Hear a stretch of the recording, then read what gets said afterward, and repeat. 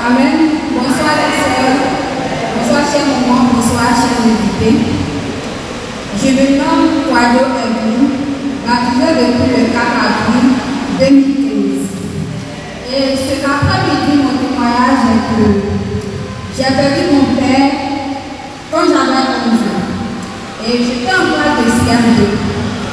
C'était difficile pour nous, mais par la grâce de Dieu, j'ai pu obtenir longtemps en 6e. Et je suis allée au collège. Et arrivant en 3e, je n'ai pas eu de BPC. Et j'ai été envoyée.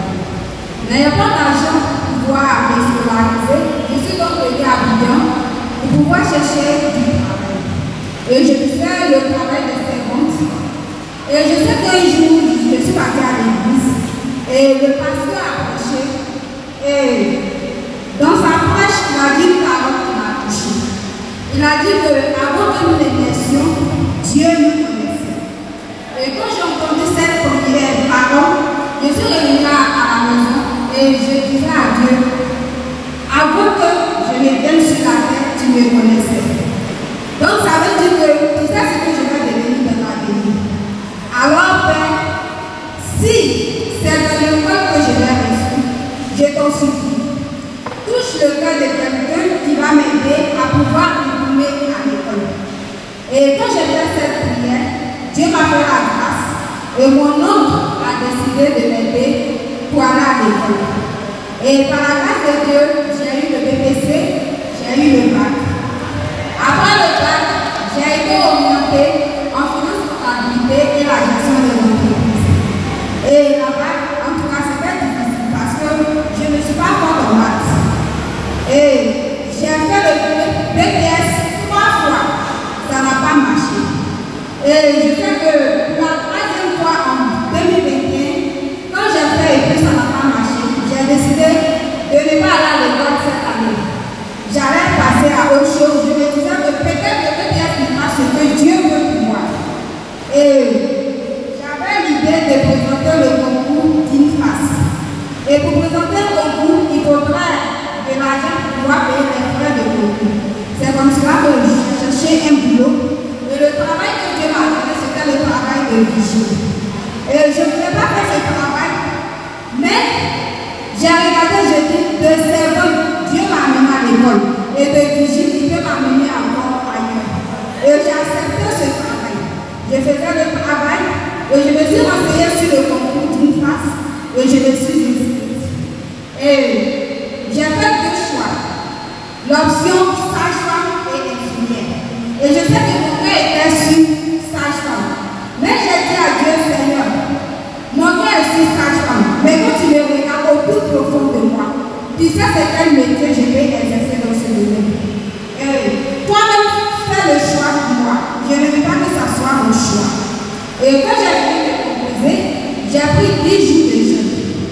Et j'ai prié, je disais à Dieu, je suis fatiguée de dire, je n'ai pas eu. Parce que tu n'es pas un Dieu d'échec, tu es un Dieu de réussite. Et cette année, je refuse de dire, je n'ai pas eu, j'ai eu. Parce que tu es un Dieu de réussite. Et quand j'ai fini les 10 jours de jeûne, les jours suivants, je disais seulement merci à Dieu. Parce que je sais que tu m'as déjà donné ce concours. Et je priais déjà pour la formation parce qu'après ce concours, il y avait 3 ans de formation à faire. Et je priais, Seigneur, pour aller faire cette formation, en tout cas, on me dit que c'est beaucoup d'argent. Je n'ai pas d'argent, mais je sais que tu vas me donner ce argent. Et je disais à Dieu, si tu me donnais ce concours, je vais témoigner à la journée des femmes. Et je sais que les résultats devaient sortir le 6 de ce mois. Et ils ont reporté au 15. Le 15, ce n'est pas sorti. Et ils ont reporté encore le 17. Et le 17 soir, je faisais là et je disais à Dieu, j'ai dit je vais témoigner à la journée des femmes.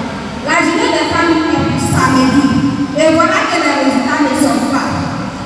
Si réellement tu veux que je témoigne, Père, face à ce que les résultats sortent avant la journée des femmes. Et je sais que le mardi 18, quand je partais au travail, quelque chose m'a dit, descends à Gamé et va consulter ton résultat avant d'aller au travail. Et quand je suis descendue, je suis partie Dieu m'a fait la grâce, j'ai vu que mon concours avait marché.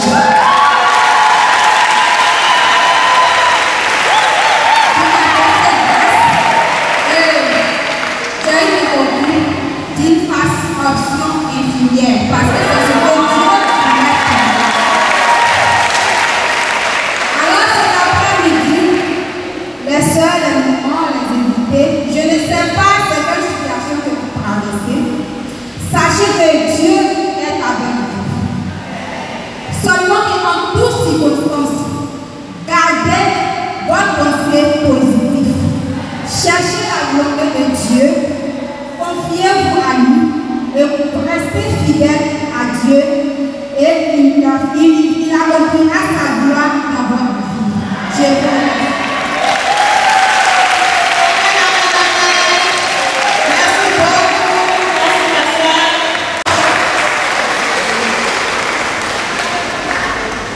Merci beaucoup pour l'opportunité de partager.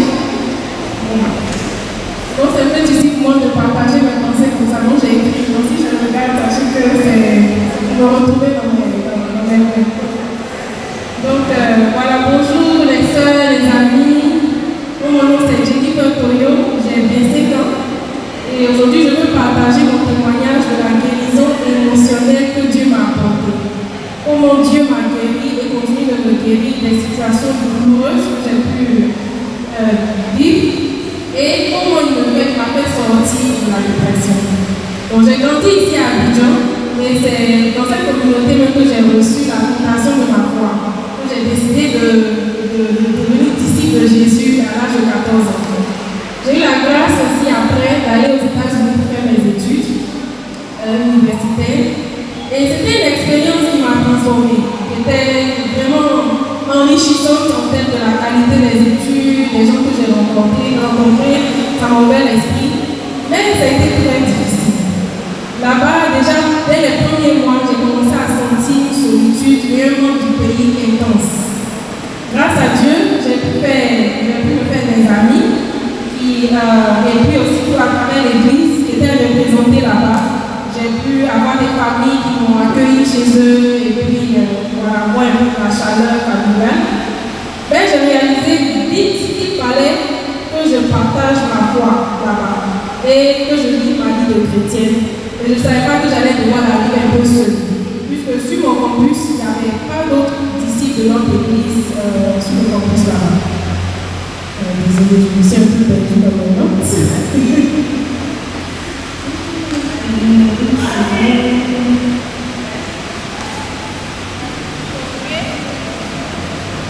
Voilà. Donc, sur mon campus, comme je le disais, il fallait partager ma foi seule. J'ai eu à faire face à la pression de ma filière qui était très rigoureuse puisque je faisais des études biologiques.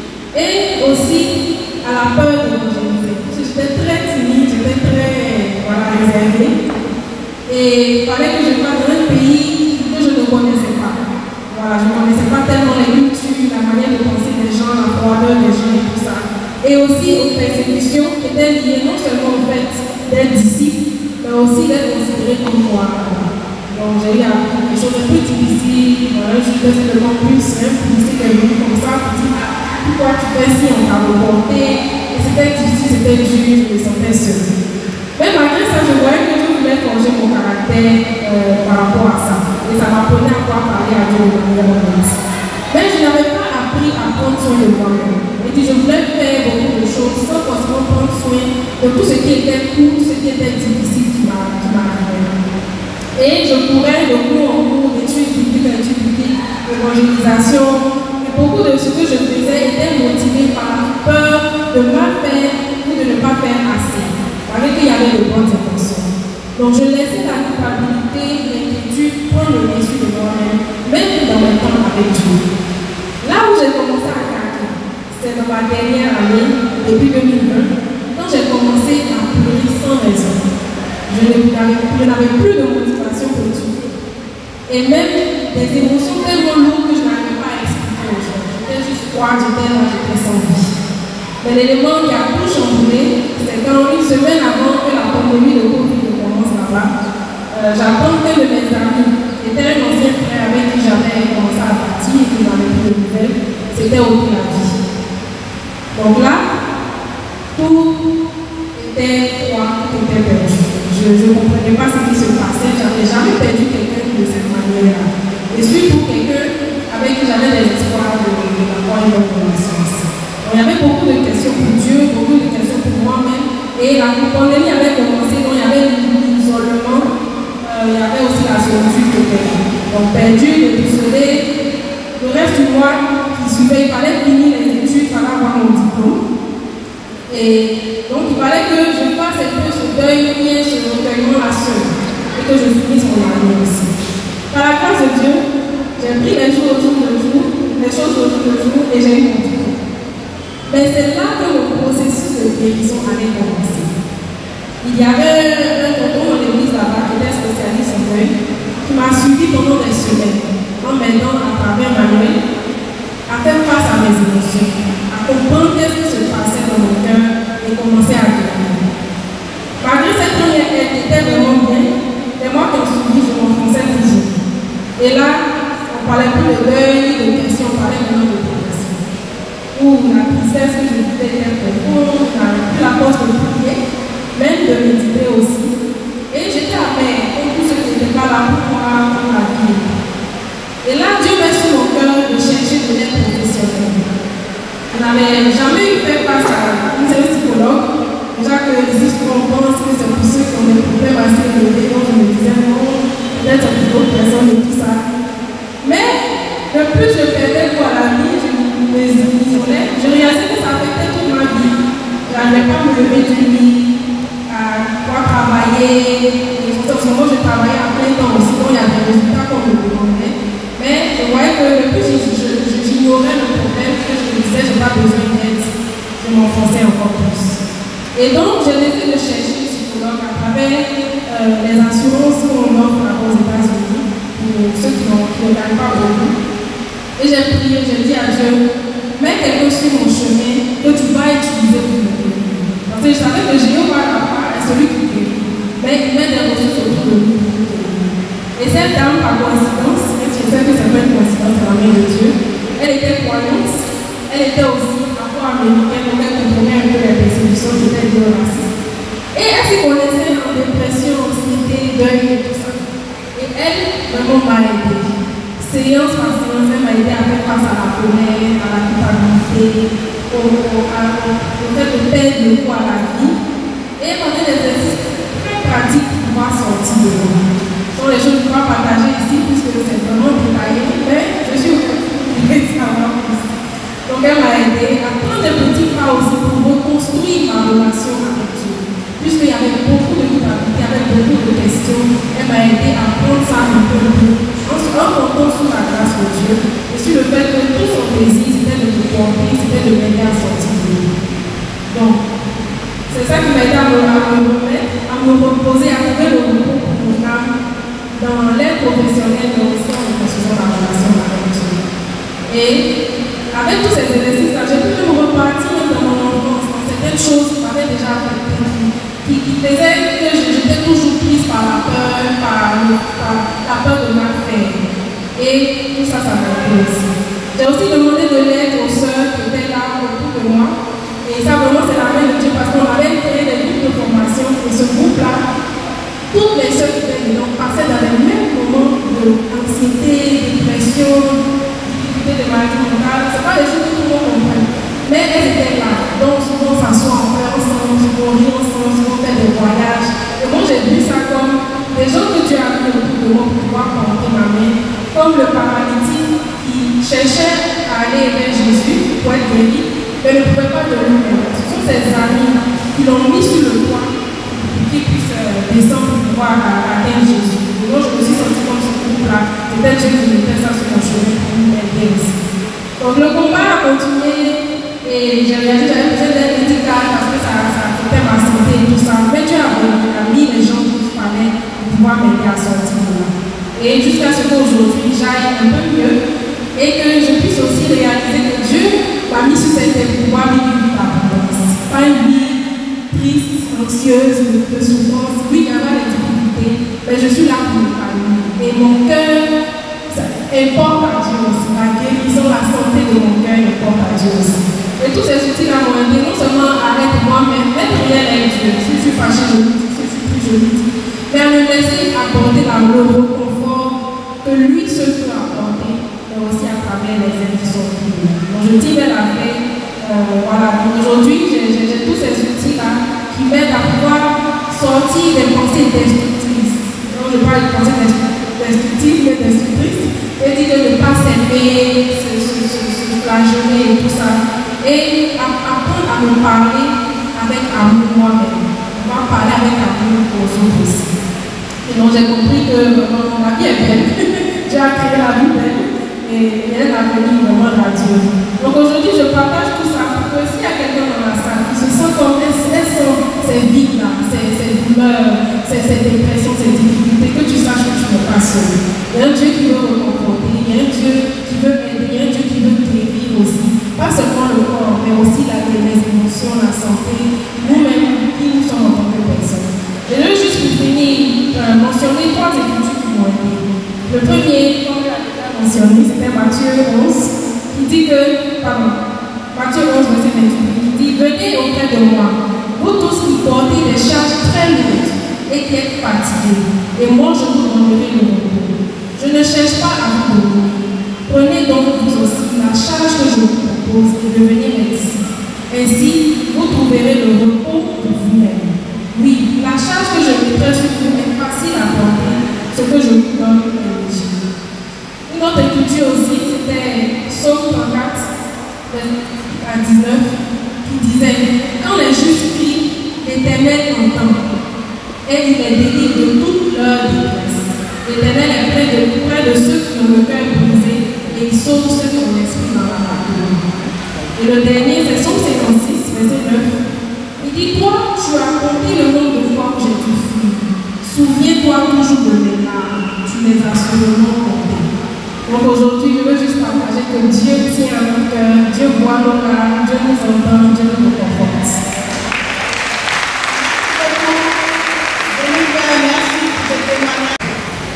Bonsoir, bonsoir.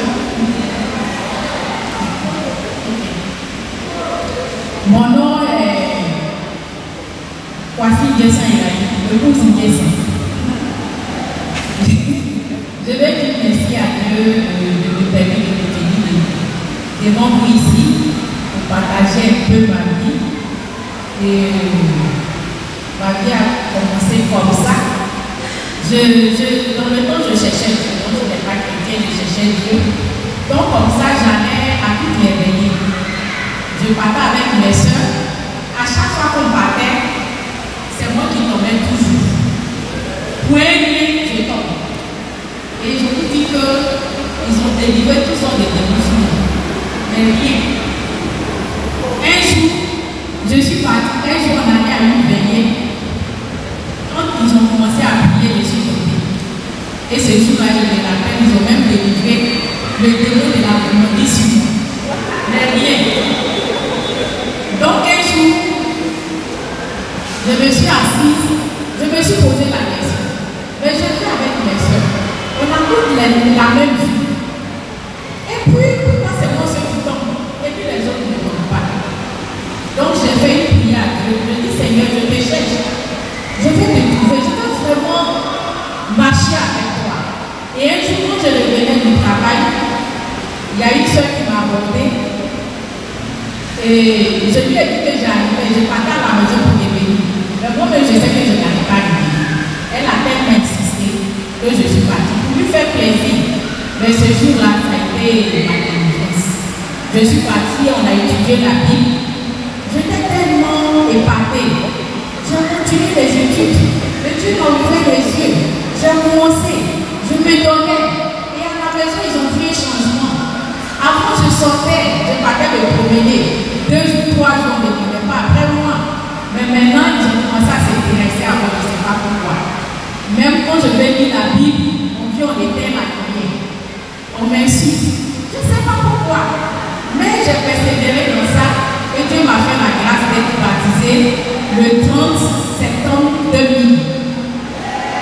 Donc, j'ai Les soirs, je me levais à 1h du matin pour venir méditer parce qu'on m'empêchait d'arriver là. Je partais me cacher dans les toilettes, la persécution avait commencé. On m'insulte. Bon, moi je sais que j'avais eu mon papa, donc ça ne me disait rien. Jusqu'au point où un jour, maman est venue vers moi, elle a dit à mes soeurs de venir me demander comment je suis devenue. On m'insulte. On me dit toutes sortes de choses et puis je ne réagis pas. Ce jour-là, j'ai compris que j'étais vraiment à Dieu. Parce que c'était différent. Donc un jour, parmi mes soeurs, et elles sont c'est pas des gars qui prennent soin d'elles et tout ça. La bonne mère, toujours avec mon Dieu, j'allais à l'église et tout ça. Elle se moquait de moi. Mais moi, je sais ce que je vivais. Le plus souvent, maman m'interpelle, elle me dit que tes soeurs sont mariées. Elles sont des enfants. Moi, tu cherches quoi? J'ai dit ça va aller. Donc un jour, mon papa m'a appelé, il me regarde, il me dit, pourquoi toi tu n'as pas de mari? Je le regardais, je ne savais pas quoi répondre. Il dit, c'est vrai, c'est normal que tu n'as pas de mari. Moi-même, si on me dit de me marier, je ne vais pas accepter. Et à comment tu es? Tu es où? Tu es ronde. Ça m'a fait mal. Mais j'ai dit à Dieu, c'est toi qui m'as créé. Donc c'est toi qui es un homme pour moi. J'ai continué ma marche avec Dieu. Et un jour, Dieu m'a fait la grâce de rencontrer un frère formidable.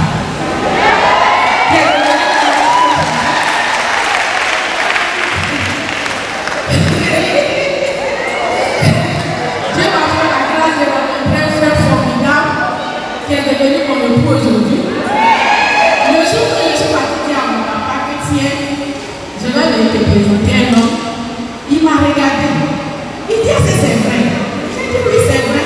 Il dit, vous venez quand? J'ai dit, pendant 2 semaines, il va venir te voir. Le jour où je suis partie, il dit, viens t'asseoir à côté de moi. Je me suis assise à côté de lui. Il n'arrêtait pas de me toucher, de me cajoler et tout ça. Il dit, il va vraiment venir. Il va venir. Il a fait la grâce, il est venu. Il s'est présenté. Et les choses n'ont pas tardé. En un an, tout s'est fait. D'autres et tout. Aujourd'hui, je suis mariée. Ça va faire 2 ans.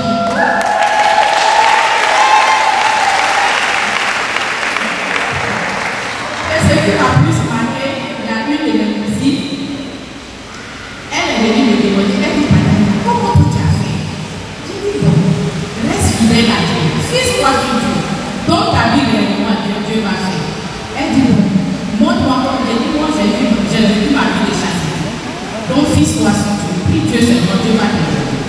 Et à chaque fois, elle venait me demander des conseils, on priait ensemble. Et Dieu a fait la grâce de faire sa dot. Je crois, il y a 1 mois de cela. Elle va se marier en novembre. Donc, elle était tellement reconnaissante. Toujours, elle dit, ah, c'est grâce à ta taille que je me suis mariée. Mais ce n'est pas grâce à moi, mais c'est grâce à Dieu. Donc, je veux nous encourager ici. Tout est possible à Dieu. Tout ce que nous désirons peut être possible à Dieu. Si nous mettons vraiment notre foi et si nous sommes vraiment fixés et fidèles à Dieu, Dieu récompense toujours ce que nous devons fixer sur nous. Je vous remercie. Je suis passée par une situation très difficile. En fait, dans mon groupe, ça n'allait pas. L'éducation des enfants aussi, ça n'allait pas. Les enfants sont devenus des adolescents, donc c'était un peu difficile. Moi, je suis celle qui met toujours, qui parle avec la baguette. Et mon mari, il est hors, il faut laisse les enfants. Donc, les filles ont compris que quand il y a quelque chose, c'est vers papa, elle doit partir, elle ne doit pas venir vers maman. Donc, vraiment, j'ai pris ça vraiment très mal. J'ai demandé à Dieu pourquoi cela arrivait, parce que c'était un peu le chaos à la maison.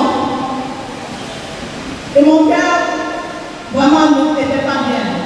J'en ai voulu à Dieu, en fait, j'en ai voulu à Dieu, je me suis révélée contre Dieu. Et je demandais à Dieu pourquoi il a laissé cette situation-là arriver. J'étais seule, je me sentais seule, dans le doute, la peur, la crainte de l'avenir. L'ennemi a commencé à me faire douter de moi. Il me culpabilisait. Je ne se passe pas un moment sans que je passe mon temps dans la prière, dans le jeûne. Je me rappelle, j'ai mon ami spirituel qui était avec moi et on a fait 3 temps de 21 jours de jeûne.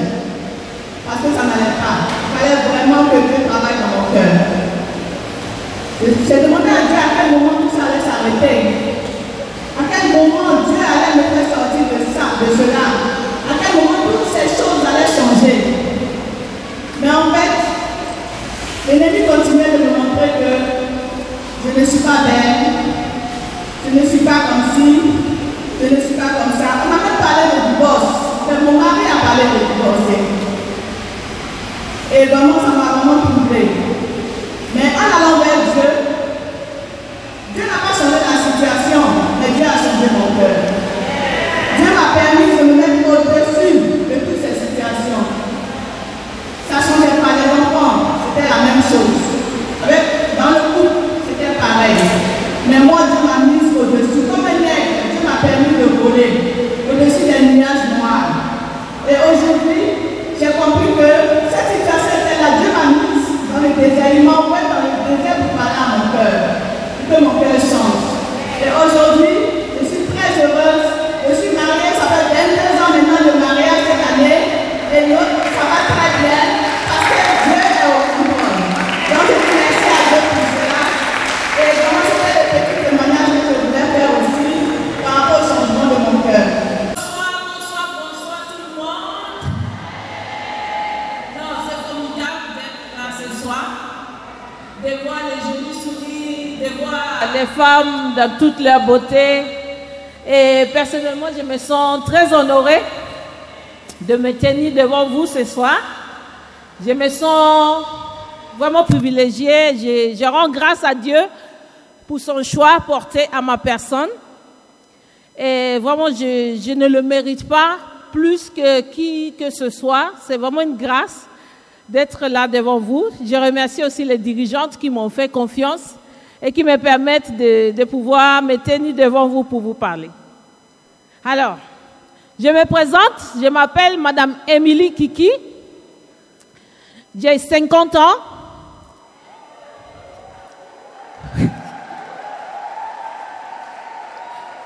Oui, j'ai 50 ans, je suis mariée et j'ai 2 enfants. J'ai une fille qui a 13 ans et un garçon qui a 9 ans. Et je suis kenyane, je suis originaire du Kenya. Et par la grâce de Dieu, je parle 4 langues. Je parle ma langue maternelle. Je parle le Swahili, qui est parlé en Afrique de l'Est et une partie du Congo. Je parle l'anglais et maintenant le français. Donc tout ça, c'est la grâce de Dieu. Ce soir, je rends grâce à Dieu parce que je vais beaucoup vous parler de moi. Je suis venue vous faire un partage. Et à travers ce partage, ma prière, c'est que on puisse vraiment savoir que Dieu est là et qu'il est vraiment la source de notre vie. Alors, lorsque j'avais 18 ans, mon père m'a fait partir, mes parents m'ont fait partir à Paris pour apprendre la langue française. Et je suis partie là-bas et par la grâce de Dieu, j'ai pu aller à l'université. Et j'étais à la Sorbonne et on m'a évangélisé, un peu comme certains d'entre vous ici. Un jour, quelqu'un m'a invité à venir assister à une discussion biblique. Et je suis partie et grâce à cette invitation, je suis devenue disciple de Jésus. J'ai étudié la Bible, je me suis repentie de tous mes péchés et j'étais baptisée en 1993. Et lorsque, après mon baptême, en 1995, je décide vraiment que la parole de Dieu avait vraiment touché mon cœur et j'ai voulu servir Dieu de tout mon cœur. J'ai voulu faire quelque chose pour montrer à Dieu que j'étais reconnaissante. J'ai pensé aux femmes en Afrique qui ne connaissaient pas Dieu et j'ai dit à Dieu, je vais aller en Afrique, je vais parler de toi. Et en 1995, j'ai décidé de venir en Côte d'Ivoire pour venir en tant que missionnaire, pour venir travailler à temps plein, pour prêcher la parole de Dieu. Et au bout d'un an, ça n'allait pas spirituellement. Et vous imaginez, j'étais en 2e année de mes études à l'université. Je suis arrivée en juin. Il me restait juste 2 semaines pour valider ma 2e année. Mais j'ai laissé mes études, j'ai laissé l'université, je suis venue et je n'ai pas pu valider. Finalement, je me suis retrouvée au niveau bac, puisque j'ai fait la 1re année et je n'ai pas validé la 2e année. Mais je suis venue. Après 1 an de travail, spirituellement, ça n'allait pas. Et on m'a demandé de ne plus travailler à temps plein pour Dieu. Mettez-vous à ma place et mettez-vous à la place de mes parents. Mes parents m'ont fait partir en France avec beaucoup d'espoir que notre fille s'en va en France pour faire des grandes études. Elle va venir avec un grand diplôme et on aura beaucoup d'argent. Et puis moi voilà, je lui dis, ah papa, je reviens en Afrique. Il dit, tu reviens en Afrique? Oui. Tu n'aimes pas l'Europe? C'est pas ça. Tu as trouvé du travail? Oui. Tu vas travailler déjà? Oui. Tu vas faire quoi? Je vais servir Dieu. Et mon papa, il est cassé, il est découragé. Et après 1 an, on me dit que je ne peux plus travailler pour Dieu. Et je me retrouve à Abidjan, sans parents, sans diplôme. Et je dois chercher du travail. Je ne pouvais plus retourner en France. Je n'avais pas de moyens. Et l'église aussi traversait des moments très difficiles. L'église ne pouvait plus payer de billets pour moi, pour me permettre de retourner, ni en France, ni chez moi au Kenya. On est en 1995, 96, je pense. On est en 96. Je dois chercher du travail. Je n'ai pas de diplôme. Et je me suis retrouvée au plateau. Tous les jours, je m'en vais. Je fais les demandes d'emploi. Mais je ne sais même pas. Je vais demander de l'emploi en tant que qui? Je n'ai aucune formation. Je n'ai aucune formation. Je n'ai pas de diplôme. Mais chaque jour, je partais au plateau. Et je me suis retrouvée sans argent. C'était très difficile, financièrement. Et je me rappelle, je venais dimanche à l'église, les mêmes femmes à qui j'ai prêché, je me retrouve en train de tendre la main. Pardon, tu peux m'aider avec 100 francs, je vais payer mon transport, tu peux m'aider. Et c'était très difficile. Et je me rappelle, je devais prendre le bus pour aller au plateau, c'était 160. Donc il fallait avoir 10 francs chaque fois, il fallait trouver l'argent. Les moments que j'ai vécu étaient très difficiles. Et je me rappelle des larmes, des pleurs. Et à un moment donné, je ne pouvais même plus payer de loyer. Je n'avais pas d'argent pour payer le loyer. Je n'ai pas de parents. Je vais habiter où? Mais Dieu est ton Dieu. Quand il te fait passer par des moments difficiles, il sait ce qu'il fait. Et c'est par là, je veux vraiment rendre grâce à Dieu pour une sœur, Dr Solange Balou. Solange Balou m'a prise chez elle. Et m'a prise chez elle comme si j'étais sa propre fille. Et j'ai vécu chez elle pendant des moments très difficiles. Et puis, j'ai commencé à chercher du travail, je cherche du travail. Par la grâce de Dieu, sans diplôme, sans qualification, j'ai pu trouver du travail au plateau. J'ai trouvé du travail au plateau dans une société en plein milieu du plateau. Et puis, 3 mois plus tard, mon directeur me dit, bon, on a fait je dois aller déclarer la société. Et là-bas, j'ai commencé en janvier. Il me dit, bon, là-bas, j'ai dit que la société vient de commencer en mars. Donc, puisque j'ai dit que la société vient de commencer en mars, on doit changer tous les contrats. Donc, il faut changer ton contrat. Il me donne le contrat avec la date, c'est marqué, on a commencé en mars. En temps, j'ai un autre contrat où on a commencé en janvier.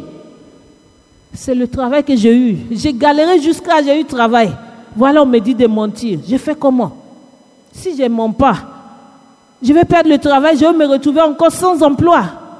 Je regarde le papier et j'ai eu le courage de dire à mon patron, je ne peux pas. Il dit, mais ce n'est pas vous qui montez, c'est moi qui monte. J'ai dit non. Quand je suis venue travailler ici, je vous ai dit que je suis chrétienne, je suis honnête. ce que vous me demandez de faire, c'est du mensonge. Il m'a dit, bon, madame, je suis désolée, on ne peut pas vous garder. Et je me retrouve encore au chômage, sans travail encore. Et ça recommence. Me voilà encore en train de prendre le bus, en train de chercher. Et des fois, même pour manger, c'était très difficile. Mais Dieu a pris soin de moi. Quelque temps après, j'ai eu un autre travail. J'ai eu un autre travail dans une société de café cacao. Pourquoi je vous parle de ça? Rappelez-vous que je vous ai dit que je n'avais pas de formation, je n'avais pas de diplôme. Mais voyez-vous que Dieu m'a permis d'avoir du travail. Et après ce travail, j'ai pu trouver un autre travail dans une société, une institution internationale où on me payait des millions. Dieu a permis que je trouve encore mieux où on me payait des millions. Avec ce travail, j'ai réussi à payer mes études et j'ai pu passer le BTS en cours du soir. Dieu a béni, j'ai eu mon BTS. Et Dieu ne s'est pas arrêté là. Après le BTS, j'ai pu faire mon master. J'ai pu faire un master en économie et sciences politiques. Et j'ai pu l'avoir dans une école londonienne, une école de Grande-Bretagne. J'ai fait ça en ligne. L'école s'appelle London School of Economics. C'est une grande école. Mais Dieu m'a donné mon diplôme, mon master en économie. Vous voyez, je suis arrivée sans diplôme. Je suis restée dans des moments difficiles. J'ai galéré. Je devais vivre ma foi malgré les difficultés que je vivais. Mais ce que j'ai cherché à Paris là-bas, je suis arrivée ici, Dieu m'a donné calmement. En 2008, Dieu me fait la grâce de me marier avec un frère formidable. Dieu m'a fait la grâce de me marier. Et en 2009, j'ai eu mon premier enfant, une fille formidable.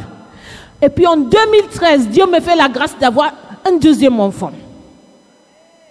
Dieu m'a donné tout ce que j'ai cherché. J'ai décidé de suivre Dieu. Je suis arrivée ici, je n'avais pas fini mes études. Je suis venue ici pour Dieu, pour servir Dieu. Et Dieu m'a donné tout. Je vous partage ça pour que vous sachiez que Dieu travaille. Dieu l'a fait pour moi. Dieu est à l'œuvre. Et en plus de ça, dans les moments les plus difficiles de ma vie, je n'ai pas cessé de vivre ma vie chrétienne. Je n'ai pas arrêté d'évangéliser, d'étudier la Bible avec les femmes. Et en tant que disciple, j'ai toujours été à l'œuvre. C'est-à-dire que je ne venais pas à l'église dimanche et puis je rentre. J'avais toujours une femme que je forme dans ma vie. Quelqu'un que j'aide à grandir dans la foi. Et Dieu était toujours à l'œuvre dans ma vie. Je partage ça pour nous les sœurs qui sommes là. Des années. C'est important de faire partie de l'église. Mais Dieu travaille. Mais Dieu veut aussi que nous puissions en train de travailler pour lui en étant dans l'église. Qu'on ne soit pas juste les disciples des dimanches, mais qu'on puisse le servir de tout notre cœur. Et aujourd'hui, je peux vous le dire, Dieu m'a béni. Dieu a béni mon mari et moi avec une maison, avec des terrains.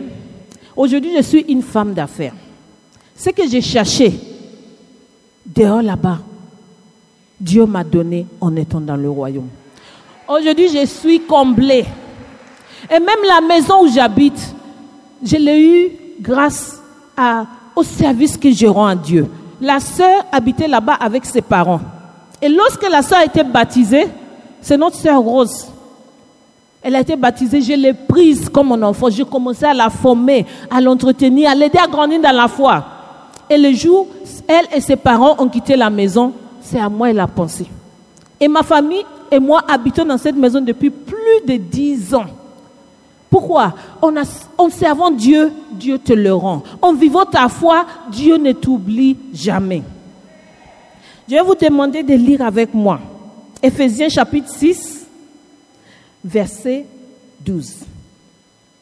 Alors la Bible nous dit en Éphésiens 6, verset 12, Car nous n'avons pas à lutter contre la chair et le sang, mais contre les dominations, contre les autorités, contre les princes de ce monde des ténèbres, contre les esprits méchants dans les lieux célestes.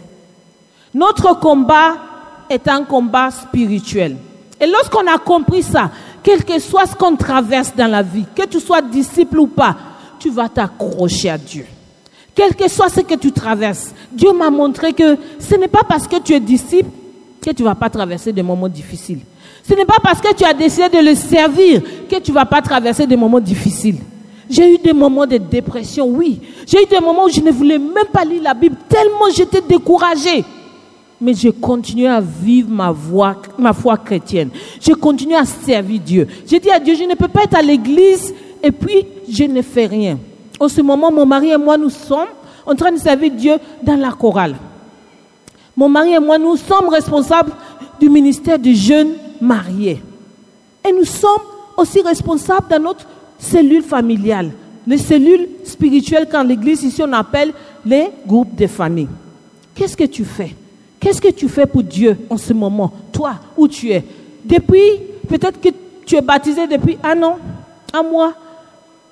Qu'est-ce que tu fais pour Dieu? Dieu n'oublie jamais ses enfants. On peut traverser des moments très difficiles, des moments où on se demande où est Dieu.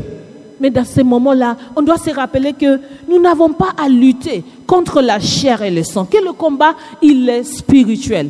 On ne voit pas l'ennemi. On lutte contre un ennemi qu'on ne voit pas. Dans mes moments les plus difficiles, je devais me rappeler que mon ennemi, ce n'était pas les dirigeants de l'église. Je devais me rappeler que mon ennemi, ce n'est pas la sœur que je vois. Ce n'est pas la personne qui est venue me chercher à Paris pour m'amener ici. Mon ennemi, ce n'est pas la personne que je vois. L'ennemi, il est invisible. La Bible dit que c'est les puissances du monde des ténèbres. Et lorsqu'on comprend que notre ennemi, il est invisible et que le combat, il est spirituel, on décide de combattre aussi spirituellement. On s'accroche à Dieu. On fait l'œuvre de Dieu. On travaille pour Dieu. On s'acharne pour Dieu. Moi, je dis toujours à ma fille, elle a 13 ans, je lui ai dit, aujourd'hui, tu me connais, j'étais toi, tu es ma fille, parce que quelqu'un m'a évangélisé. Moi, c'est comme ça, je suis venue pour vivre la vie que je vis. Et je vais donner la même chance à une autre femme. Donc, elle et moi, on a l'habitude d'évangéliser ensemble.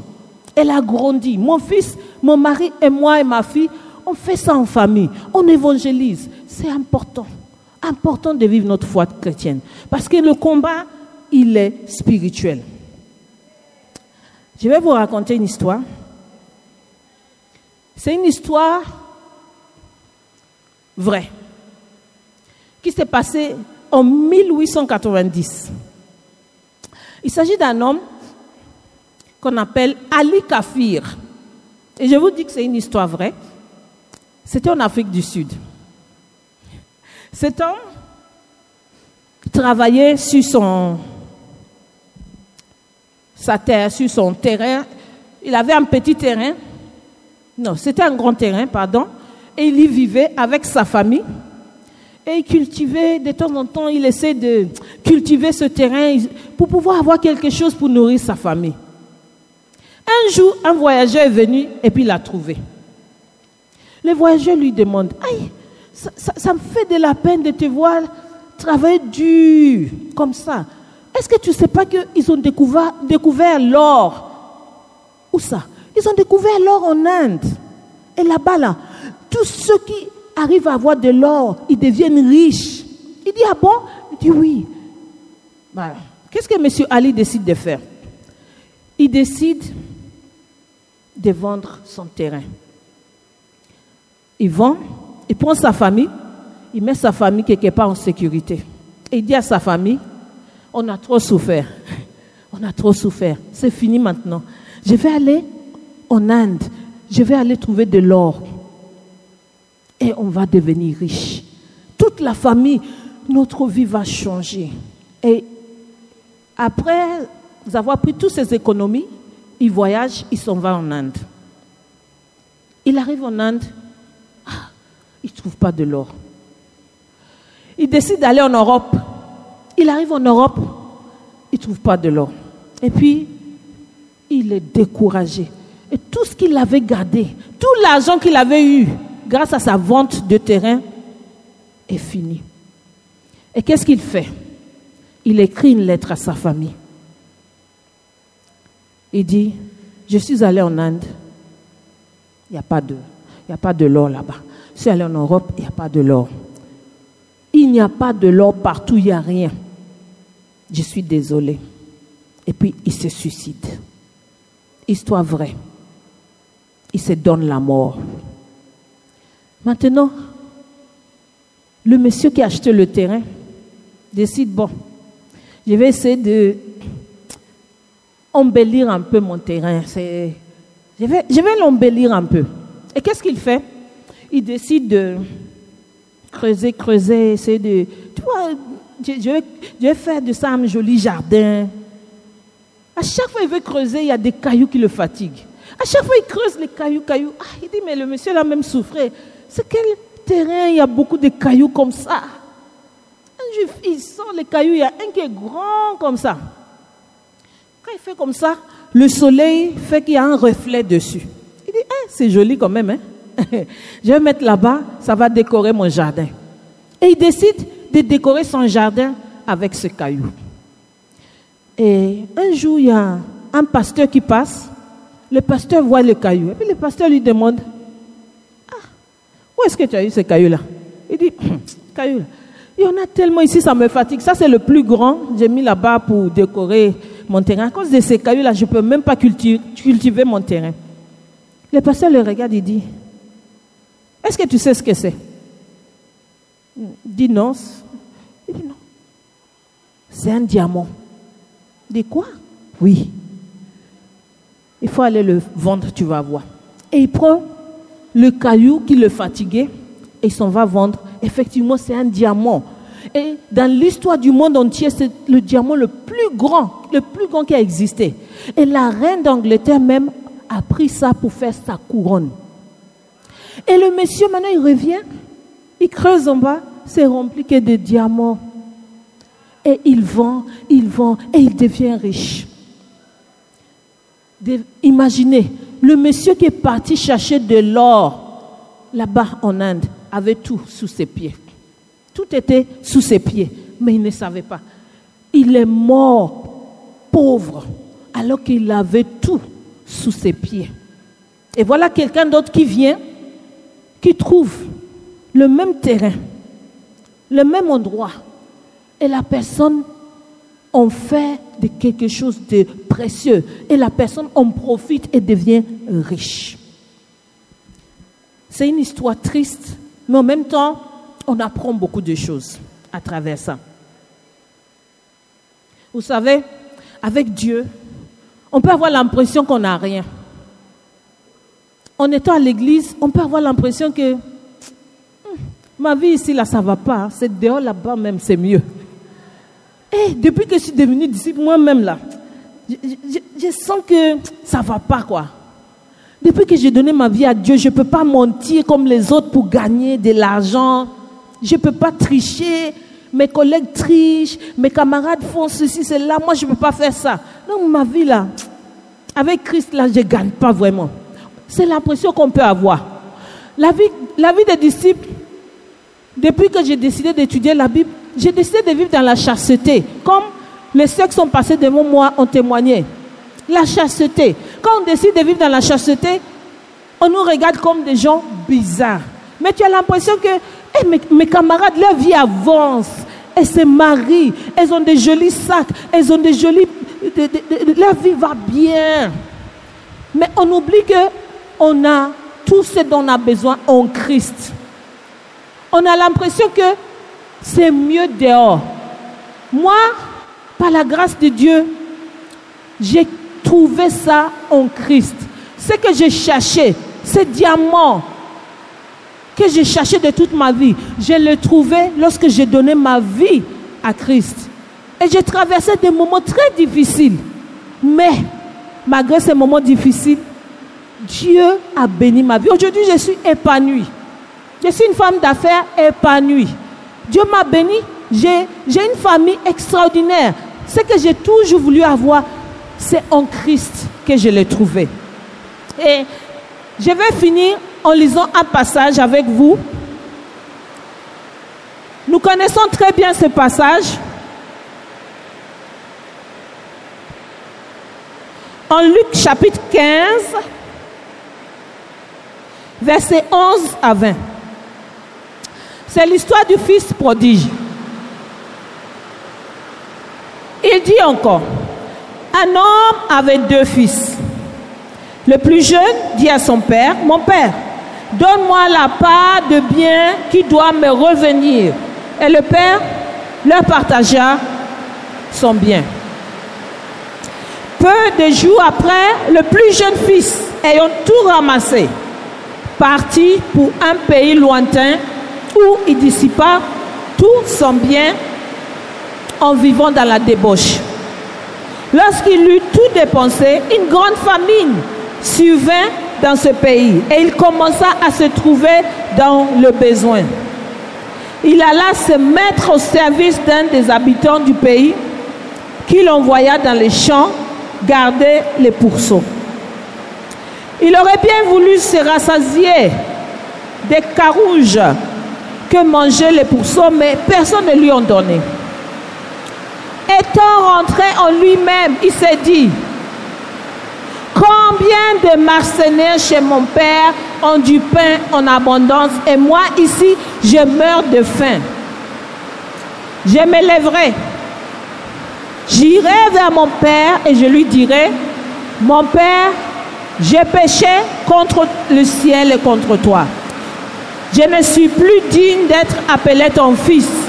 Traite-moi comme l'un de tes mercenaires. Il se leva et alla vers son père. Comme il était encore loin, son père le vit et fut ému de compassion. Il courut se jeter à son cou et le baisa. Voici un fils qui pensait que le bonheur se trouvait ailleurs. Son bonheur était tout près de lui. Son père pouvait tout lui donner. Mais il a laissé son père pour aller chercher son bonheur ailleurs. Il s'est dit que ailleurs, il pouvait trouver mieux. Mais lorsqu'il est parti ailleurs, malheureusement, il s'est retrouvé à manger les mêmes choses que le cochon. Ce soir, le thème de notre journée, c'est la source de ta vie. Tu es ici, ce n'est pas par hasard. Tu peux écouter les messages et les témoignages aujourd'hui, mais c'est toi qui décides ce que tu vas en faire.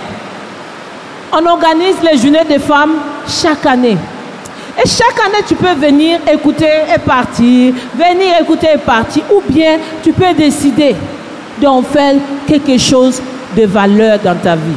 Tu peux décider qu'aujourd'hui, avec tous les témoignages qu'on a entendus, avec le message qu'on a entendu, avec ces perles, avec ce diamant qu'on a, qui est Jésus-Christ, Jésus qui est mort sur la croix pour nous, tu peux décider de donner ta vie à Jésus et de profiter de tous les biens que Jésus veut te donner. Moi, je l'ai expérimenté et je vis dans le bonheur. Ça ne veut pas dire que je n'ai pas de problèmes, ça ne veut pas dire que je n'ai pas de soucis, mais avec Christ, j'ai trouvé le bonheur. Et aujourd'hui, je veux nous encourager. Ne soyons pas comme ce fils qui a tout laissé, qui est parti chercher ailleurs, qui est parti chercher en se disant que c'est mieux ailleurs. Tu as décidé de devenir disciple. N'oublie pas ton engagement. N'oublie pas qui tu es. N'oublie pas que tu es appelé à sauver d'autres personnes. N'oublie pas que tu es appelé à servir Dieu dans l'église. Peut-être qu'aujourd'hui, tu n'as pas encore pris la décision de devenir disciple de Jésus. Ne tarde pas. Il n'y a pas mieux ailleurs. Tout est sous tes pieds. Tout est là. Mais c'est à toi d'utiliser ça. Je profite de ce micro pour remercier toutes les femmes qui m'ont aidé à grandir spirituellement. Où je suis aujourd'hui, ce n'est pas par mes propres forces. Il y a eu des femmes qui se sont données jour et nuit, qui m'ont aidé. J'ai eu des formatrices formidables. J'ai eu Madame Kofi, Madame Nyenze, j'ai eu Madame Toyo qui en ce moment est ma formatrice. J'ai eu Kadi, Madame Makanjola, Esther Mapé, toutes ces femmes qui m'ont formée, Christiane Blairy. Et aujourd'hui, je suis devant vous parce que quelqu'un m'a aidé à grandir dans la foi. Et toi, n'oublie pas que demain, tu pourras aider quelqu'un en servant Dieu de la même manière. Ce soir, mon message est clair. S'il vous plaît, nous avons un trésor entre nos mains. Tu es venu ici, ne repars pas comme tu es venu. Saisis l'occasion. Tout comme ce monsieur qui a acheté ce terrain et qui a trouvé le diamant. Fouille dans la Bible. Étudie la Bible. Tu vas découvrir les trésors. Il n'y a pas mieux ailleurs. Jésus-Christ est la source de ta vie. Jésus-Christ est la source de ta vie. Et sans lui, tu ne peux rien. Sans lui, tu n'es rien. Je suis un témoignage vivant de ça. Ma vie est comblée parce que j'ai trouvé Jésus. Je vous remercie. Bonsoir les sœurs. Bonsoir chers amis. C'est vraiment une grâce de vous avoir ce soir avec nous pour pouvoir partager la parole de Dieu ensemble.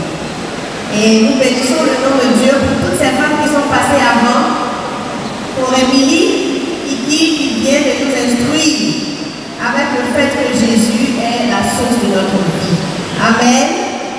Et bien sûr, le thème, c'était ça le thème effectivement de notre journée des femmes de cette année, qui est tiré de Proverbe 4, verset 23, où la Bible nous demande de vraiment prendre garde à notre cœur parce que c'est là la source de notre vie. Et puisque Jésus est la source de notre vie, et que c'est dans notre cœur que tout se passe, il est important pour nous d'identifier dans nos cœurs les attitudes qui glorifient le nom de Dieu, qui nous emmènent plus vers Jésus, et les attitudes qui ne nous emmènent pas plus vers Jésus. Il est important pour nous de méditer effectivement sur notre cœur parce que dans notre cœur, effectivement, il y a la source de notre vie. Donc, à travers ce petit moment de méditation que nous allons avoir, nous allons pouvoir comprendre aussi qu'en dehors des attitudes de nos cœurs, en dehors de nos faiblesses, il y a quelque chose de plus grand. Il y a l'amour de Dieu, donc il y a de l'espoir pour nous. C'est pour ça que, pour ce moment spécial que nous allons passer ensemble, nous demandons vraiment la disponibilité des femmes, de nos amis, la disponibilité des sœurs. Nous voulons demander à toutes et à chacune de ne pas partir parce que Dieu a des choses extraordinaires encore pour nous. Il y a des surprises pour nous ce soir. Vous n'êtes pas au bout de vos surprises, il y en a encore. Donc, pour pouvoir poursuivre, je vais demander à toutes les sœurs, sans exception, qui sont assises, de venir me rejoindre ici. Et je vais demander à Henri de mettre un petit son pour meubler le déplacement des sœurs. Donc les sœurs, venez me rejoindre. Celles qui sont ici, elles sont à ma droite, et puis celles de ce côté sont à ma gauche. Les sœurs ne seront pas timides.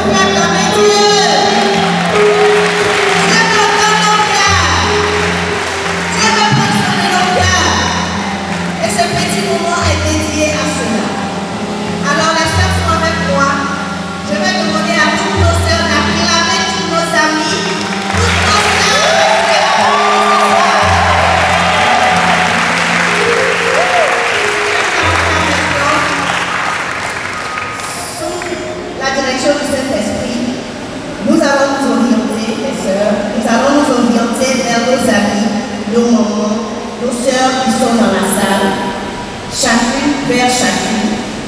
Donc je peux dire une par une, et on va partager la bonne parole, la bonne méditation avec nos sœurs qui sont assises. Amen. Donc j'ai les fiches ici, mais vous avez aussi les passages bibliques dans vos différents téléphones parce qu'on envoie par WhatsApp. Donc on prendra une fiche ici et vous voyez dans la salle, sous l'onction de l'esprit, vous vous dirigez vers une femme formidable, une amie formidable avec qui on va partager la vie. Maintenant, il y a des amis que nous avons invités qui sont venus se joindre à nous ici. Donc, je leur demande de s'asseoir. Comme ça, nous, on va prendre soin de vous aujourd'hui. On veut partager nos cœurs avec vous. Donc, les amis invités, vous restez assis. Et c'est nous qui allons vers vous pour pouvoir échanger avec vous. Bonsoir mesdames, bonsoir les tatas, bonsoir les mamans. Je suis le docteur Léon Esther, je suis cardiologue, assistant chef de clinique. Mon patron, docteur Esaïe Solia, vous connaissez tous, m'a donné la lourde tâche de vous parler de la santé du cœur. J'avoue que j'ai jamais fait cela à l'église, je le fais tout le temps à l'hôpital, donc c'était un peu stressant. Je me disais qu'est-ce que je vais lui dire. Bon, il m'a rassuré. Donc, on va commencer. C'est tout simple. Prendre soin de son cœur, c'est tout simple. Ce sont des habitudes que nous avons, peut-être que nous ne savons pas, mais je sais que tout le monde prend soin de son cœur à sa manière. Donc, la sœur en priant a dit qu'on a partagé nos cœurs. Dieu veut sécher dans nos cœurs. L'idéal serait que Dieu sème dans nos cœurs qu'il n'est pas malade. Ça, c'est l'idéal. Quoi qu'il sème aussi dans les cœurs malades, parce que c'est l'idée. Voilà. Donc, ma présentation va s'articuler au cours de ce petit plan, une petite introduction. Et puis, on va parler un peu des facteurs de risque cardiovasculaire. Je sais que vous avez entendu ça peut-être quelque part à la télé, à l'hôpital. Je vais vous expliquer vraiment de façon simple qu'est-ce qu'un facteur de risque cardiovasculaire. Et ensuite, vous dire un peu comment prendre soin de son cœur, qui est équivaut à la prévention, comme on dit à l'hôpital, la prévention. Donc, il faut prévenir les maladies du cœur. Voilà. Donc, pour introduire, je peux simplement dire que les maladies cardiovasculaires représentent la première cause de mortalité dans le monde. Donc, c'est la première cause de décès dans le monde entier, les maladies du cœur. Et elle représente 17 millions de décès par an. Je dis bien 17 millions de décès par an dans le monde. Et cela est dû peut-être à nos nouvelles habitudes alimentaires, nos nouveaux comportements. Parce qu'avant, il y avait la population était plutôt rurale. Mais de plus en plus, la population devient urbaine. Donc, tout le monde quitte les zones rurales pour venir vers le centre, vers Abidjan, ou bien les grandes villes. Donc, il y a beaucoup de comportements qui ont changé. Et les maladies cardiovasculaires représentent un grave problème de santé publique. Voilà. Et avant, c'était plutôt les blancs. Chez les blancs, on parlait de problèmes de cœur, Mais de plus en plus, on en parle en Afrique. Et c'est une réalité. Et les 17 millions de décès là, il y a 80% qui viennent de l'Afrique. Voilà. Donc pour éviter cela, c'est la prévention. La prévention, c'est prendre soin de son cœur. Donc comme je disais, toutes les populations rurales viennent maintenant à Abidjan et changent de comportement. Donc maintenant, l'alimentation a changé, on mange beaucoup salé, on fume, on boit, on est beaucoup stressé parce qu'on cherche du travail, on doit s'occuper de la famille, des enfants et on est sédentaire. Ça veut dire qu'on ne fait pas de sport. On pense que le sport c'est pour les boss. On pense que ceux qui courent le matin c'est les boss. Alors que c'est pas ça. Voilà. Et tout ça va nous entraîner vers les maladies. Donc l'hypertension, le diabète, la prise de poids et puis l'augmentation du taux de cholestérol. Voilà. Donc, comme je disais, la prévention. La prévention, qu'est-ce que c'est? Dans le langage médical, on va dire que la prévention primaire va concerner, primaire c'est-à-dire, on va dire de nouveau, bien quelque chose qui n'a pas encore existé, donc il n'y a pas encore de maladie. Donc, va concerner un patient qui n'a pas encore de maladie du cœur. Et cette personne-là doit faire une prévention primaire pour ne pas avoir les maladies du cœur. Maintenant, la prévention secondaire, c'est une personne qui a déjà une maladie, peut-être qu'elle est hypertendue, qu'elle est diabétique, mais elle va plutôt faire une prévention pour ne pas avoir des complications liées au diabète, liées à l'hypertension. Donc, les complications qui sont l'AVC, voilà. Donc, comme je disais, pour protéger son cœur, pour prendre soin de son cœur, c'est de lutter contre les facteurs de risque cardiovasculaire. Et un facteur de risque cardiovasculaire, on va dire c'est un état clinique ou biologique qui augmente le risque de survenue d'un événement cardiovasculaire. Pour dire simplement, c'est le risque que quelqu'un a de développer une maladie cardiovasculaire. Voilà. Et une maladie cardiovasculaire, c'est quoi? C'est un AVC, c'est un infarctus du myocarde qu'on appelle communément la crise cardiaque. C'est avoir de l'insuffisance cardiaque, donc être souvent essoufflé, des problèmes de respiration, avoir une insuffisance rénale. Donc un problème de rein, une insuffisance rénale qui est une complication de l'hypertension. Avoir également un problème au niveau des membres inférieurs, donc au niveau des pieds, que les gens appellent souvent pieds diabétiques, qui conduisent à l'amputation, donc à couper souvent un pied. Donc ça aussi c'est le fait des maladies cardiovasculaires qui entraînent ça. Et on appelle ça les artériopathies occupérantes des membres inférieurs, que les gens appellent pieds diabétiques. Voilà. Et les facteurs de risque, il y a deux types. Il y a les facteurs de risque qui sont modifiables, donc sur lesquels on peut jouer. Il y a des facteurs de risque sur lesquels on ne peut pas jouer, donc, qui sont non modifiables. Voilà. Donc les facteurs de risque non modifiables, il va s'agir de l'âge. L'âge, on ne peut pas lutter contre l'âge parce que chaque année on prend un âge de plus. Mais il faut savoir que le risque avec maladie du cœur augmente à partir de 50 ans chez l'homme et à partir de 60 ans chez la femme. C'est pour ça qu'à partir de ce âge, on demande de se ménager, on demande de changer de comportement alimentaire, on demande de faire du sport et le sexe. Le sexe aussi c'est un facteur de risque, surtout le sexe masculin. On ne va pas dire Dieu merci, nous sommes des femmes, mais attention, avant 65 et 70 ans, entre 65 et 70 ans, le risque de cette maladie du cœur est plus important chez l'homme. Mais après 70 ans, on va dire après la ménopause, le risque est identique chez l'homme comme chez la femme. Donc la femme est un peu protégée par ses hormones. Elle fait ses menstrues à des hormones telles sécrètes qui la protègent un peu contre les problèmes de cœur. Mais après la ménopause, la femme est aussi plus exposée que l'homme. Il y a aussi l'hérédité, donc les problèmes de cœur dans la famille, les problèmes d'hypertension dans la famille et autres. Donc une personne qui a des parents, qui a un frère qui a déjà fait un AVC, qui a eu une crise cardiaque, qui a de l'hypertension, qui a du diabète, avant ses conséquences, doit se considérer comme une personne avec un facteur de risque. Parce que ça y est, on va dire un bruit dans le sang. Donc c'est héréditaire aussi.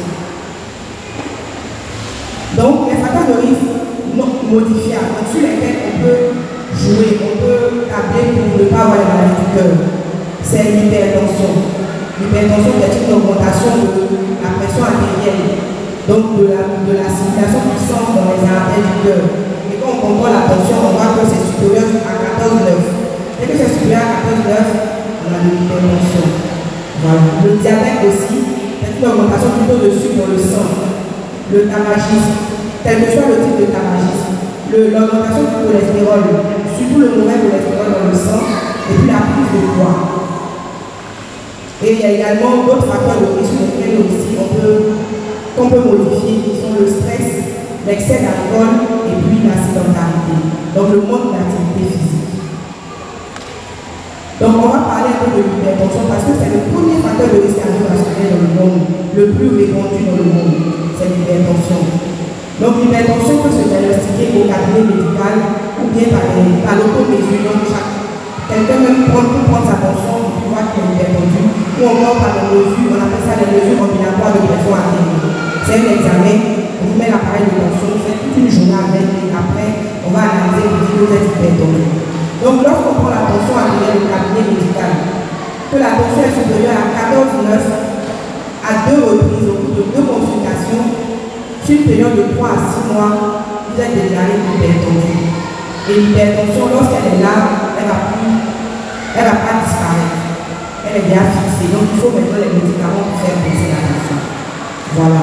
Également, lorsque vous prenez la mesure même à la maison, que la tension est supérieure à 13, on va dire 135-46, à 13,8 à la maison, sans environnement de l'hôpital, de stress, attention, vous êtes hypertendu. À plusieurs reprises aussi. Et lorsqu'on fait la mesure du rapport aussi, c'est pareil. Il faut savoir que lorsqu'on est hypertendu, le risque de faire des maladies du cœur augmente de 7 fois pour les AVC. On peut faire une crise cardiaque, ça augmente de 3 fois pour les crises cardiaques. Voilà.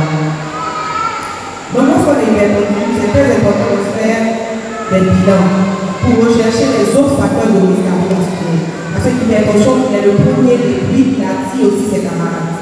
Quand il est là, il ne peut pas rester seul, il n'aime pas la solitude. Il va chercher à avoir un ami qui a le diabète, il va chercher à avoir un ami qui a l'augmentation du cholestérol, un autre ami qui a la prise de poids, et quand ils sont tous ensemble, ils deviennent très très méchants pour le cœur. Donc quand vous êtes hypertendu, on cherche en même temps tous ces autres facteurs de risque.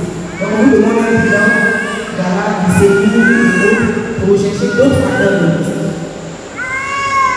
Donc après l'hypertension, on va s'attarder aussi sur le diabète, qui est beaucoup fréquent aussi dans notre contexte.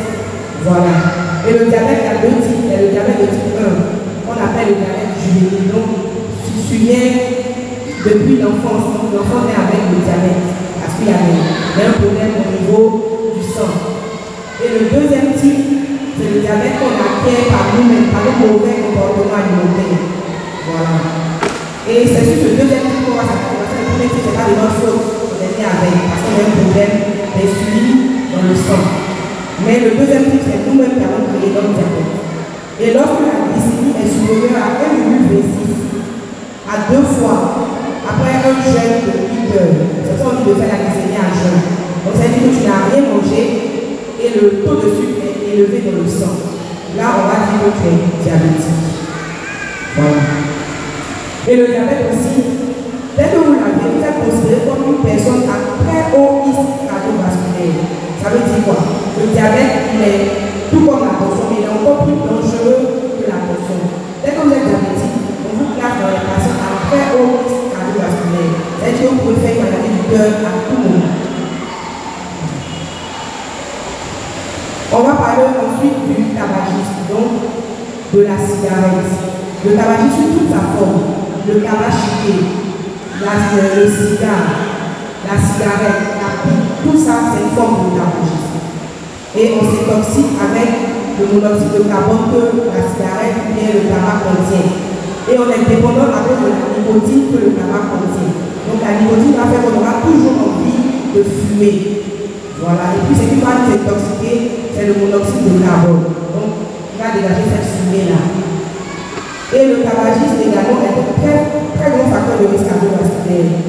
Il augmente le risque de faire les risques cardiaques, les problèmes de AVC de 5 fois. Et le tabagisme, par contre, lui, on va dire sa puissance est équivalente au nombre de cigarettes qu'on fume par jour. Donc si tu as l'habitude de fumer un paquet par jour, ton risque de faire une maladie sera plus élevé que celui qui fume une cigarette par jour. Et aussi le tabagisme passif.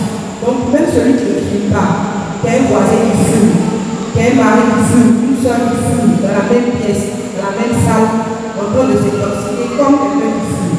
C'est pour ça que quand quelqu'un fume à côté de vous, le père peut-être impoli ou bien peut-être le frustré, il faut juste quitter à côté de cette personne. Parce que vous êtes en train de vous intoxiquer à côté de cette personne-là. Ça a le même risque que celui qui prend la cigarette et qui la met à la bouche. Un autre facteur de risque, c'est la dyslipidémie qu'on appelle communément à l'hôpital le cholestérol. Mais il faut savoir que le cholestérol, ce n'est pas mauvais pour la santé. Mais il y a plusieurs types de cholestérol. Il y a le bon cholestérol et le mauvais cholestérol. Et ce qui est mauvais, c'est évidemment le mauvais cholestérol. Ça ne veut pas dire qu'on ne doit pas avoir beaucoup de cholestérol dans le sang. Non. On ne doit pas avoir beaucoup de mauvais cholestérol. Mais on va voir ça devant les aliments qui contiennent du mauvais cholestérol. On va voir ça plus loin. Et c'est ce mauvais cholestérol là qui est un facteur de risque cardiovasculaire. Donc, comme on a parlé des autres facteurs de risque, donc la prise de poids, donc l'obésité. Lorsqu'on dit un indice de masse corporelle supérieur à 30 kg par mètre carré, cet indice, on le calcule simplement. On fait le poids divisé par la taille au carré. Tout le monde peut calculer son indice. On peut demander à son fils, même s'il va passer à l'école, de calculer son indice. On doit être entre 20 et 25 kg par mètre carré. Donc, on prend le poids, on divise par la taille au carré. Et si tu vois que ton indice est supérieur à 25, attention, tu as du poids. Si l'indice est supérieur à 30, c'est que tu es obèse. Et là, tu as un facteur de risque cardiovasculaire. Alors, on va continuer. Donc, on était sur l'obésité. Ça veut dire que nous sommes un peu grosses ici. C'est là que le gros est coupé. C'est on va maigrir. Comme le suédois aussi. D'accord. Donc, on était sur l'obésité. Il faut perdre du poids. Et puis la sédentarité. Donc, il ne faut pas être. Quand on dit sédentarité, ça ne veut pas dire qu'on va au travail, on n'est pas sédentaire. On marche, on n'est pas sédentaire. Non, c'est pas ça. On est tous sédentaires parce qu'on ne fait pas de sport. Le sport, c'est pas marcher pour aller au marché. C'est pas plier le foutou. C'est vrai que ça nous fait faire de l'activité, mais c'est pas le sport. C'est pas faire le ménage. Tout le monde fait ça.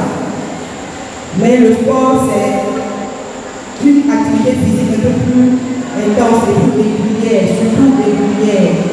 C'est ça le sport. On va expliquer ça un peu plus loin. Et puis également l'alcool. Il faut réduire la consommation d'alcool. C'est un facteur de risque. Voilà. Et puis le stress aussi.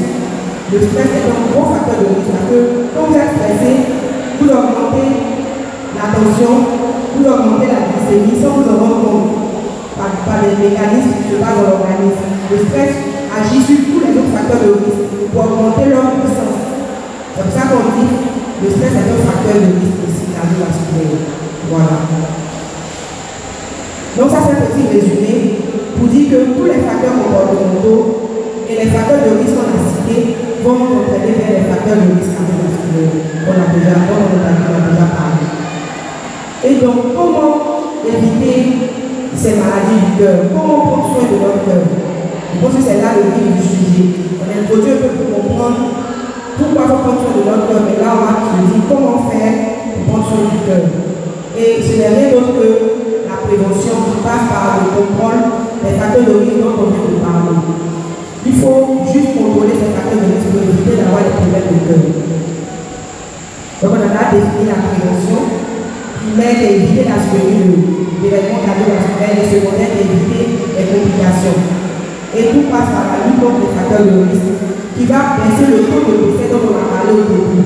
Le taux de décès lié aux maladies cardiovasculaires. Si on lutte contre ces facteurs de risque, ce taux-là va baisser.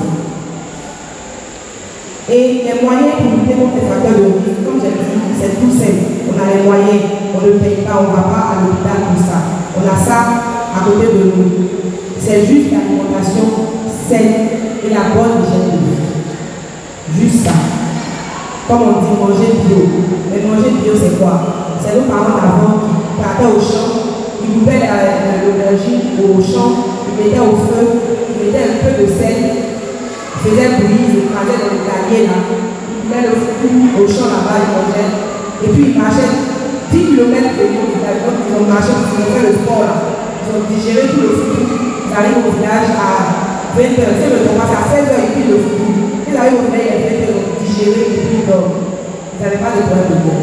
C'est ça, manger sain et puis. Donc, il faut limiter la consommation de sel dans la nourriture. On dit de manière scientifique, inférieur à 5 grammes par jour. Donc, inférieur à 1 cuillère à café par jour. C'est pas facile, hein? Quand on mange un poisson, quand on mange un gramme comme ça. Quand on mange un poisson, on sait qu'il y a 10 grammes comme ça par jour. C'est pas facile, mais il faut essayer. Il faut le réduire au maximum. Donc, il ne faut pas manger trop salé. Mais, on n'a pas dit de ne pas manger sans sel. Éviter le régime sans sel. Il faut éviter. Pourquoi? Parce que l'organisme même a besoin de sel. Le corps a besoin de sel. Le sel a son rôle dans le corps. Donc, si quand on se prive de sel totalement, c'est pas bon. Il faut diminuer le sel. Voilà. Deuxième chose, il faut manger des aliments riches en légumes et en fruits. On dit riche en légumes et en fruits, c'est pas pour aller payer tous les jours pommes au supermarché, on ne donne pas l'argent. Il faut manger sauce aubergine, sauce du blé, il faut manger sauce de recette de légumes. Voilà. Il faut manger des fruits, bien sûr, il y a des femmes qui ont des fruits en bordure de roux, la banane, les oranges, ça c'est des légumes qui sont très riches en vitamines et qui ne contiennent pas beaucoup de mauvais cholestérol. Et il faut manger des aliments pauvres en graisse. Quand on dit pauvres en graisse, ce n'est pas toutes les graisses, ce n'est pas qu'il ne faut pas manger d'huile, non. Il faut manger des aliments qui sont pauvres en graisse saturée. Parce que les graisses saturées, ce sont les graisses qui contiennent beaucoup de mauvais cholestérol. Leur fraction en bon cholestérol est très bas. Donc, ce sont les produits laitiers. Il faut réduire ça. Il faut réduire le fromage, le beurre, tout ce qui est crème. Il faut réduire la viande, surtout la viande, la charcuterie. Il faut réduire la charcuterie. Saucisson, la veille de ne pas manger, il faut réduire. Voilà. Le jaune d'œuf. On peut manger l'œuf, mais il faut réduire le jaune. Si vous faites votre œuf, vous pouvez enlever la moitié du jaune, par exemple. Manger juste l'autre moitié. Donc, il faut réduire le jaune d'œuf. Il faut qu'il n'y ait que le jaune d'œuf. Vous pouvez faire la vinaigrette. C'est pas bon. C'est rempli de mauvais cholestérol. Voilà. La viennoiserie, donc les croissants, les pains au chocolat, la pâtisserie, les gâteaux, il faut réduire. Moi, je suis venu à manger des gâteaux tout dessus, j'avais fait comme ça. C'est pas facile, mais on va réduire. D'accord. Ensuite, il faut préparer à l'eau. À l'eau naturellement, il faut préparer à l'eau, à la braise. Ça fait brûler un peu le sucre de gras. Quand on mange tous les braisés, on fait manger du boss, mais c'est parce que eux ils savent un peu qu'il faut brûler un peu trop le gras. Les trucs braisés c'est mieux que les trucs brûlés. Voilà. On mange plus beaucoup de choses braisées. La manger à la vapeur. Il faut préférer la vapeur à la méthode brûlée. Donc la banane il y a plus, c'est mieux que à l'eau frit, ça c'est mieux. Il faut éviter les fritures et puis les sauces grasses. Il faut éviter ça. Donc la sauce arachide, le pistache, on va ne pas manger, mais il faut éviter. Il faut manger ça vraiment une fois en passant. Aussi, il faut préférer les huiles végétales. Pourquoi les huiles végétales? Parce qu'elles contiennent beaucoup d'acides gras insaturés. On avait dit tout à l'heure que les acides gras saturés contiennent beaucoup de mauvais cholestérol. Les acides gras insaturés contiennent beaucoup de bon cholestérol.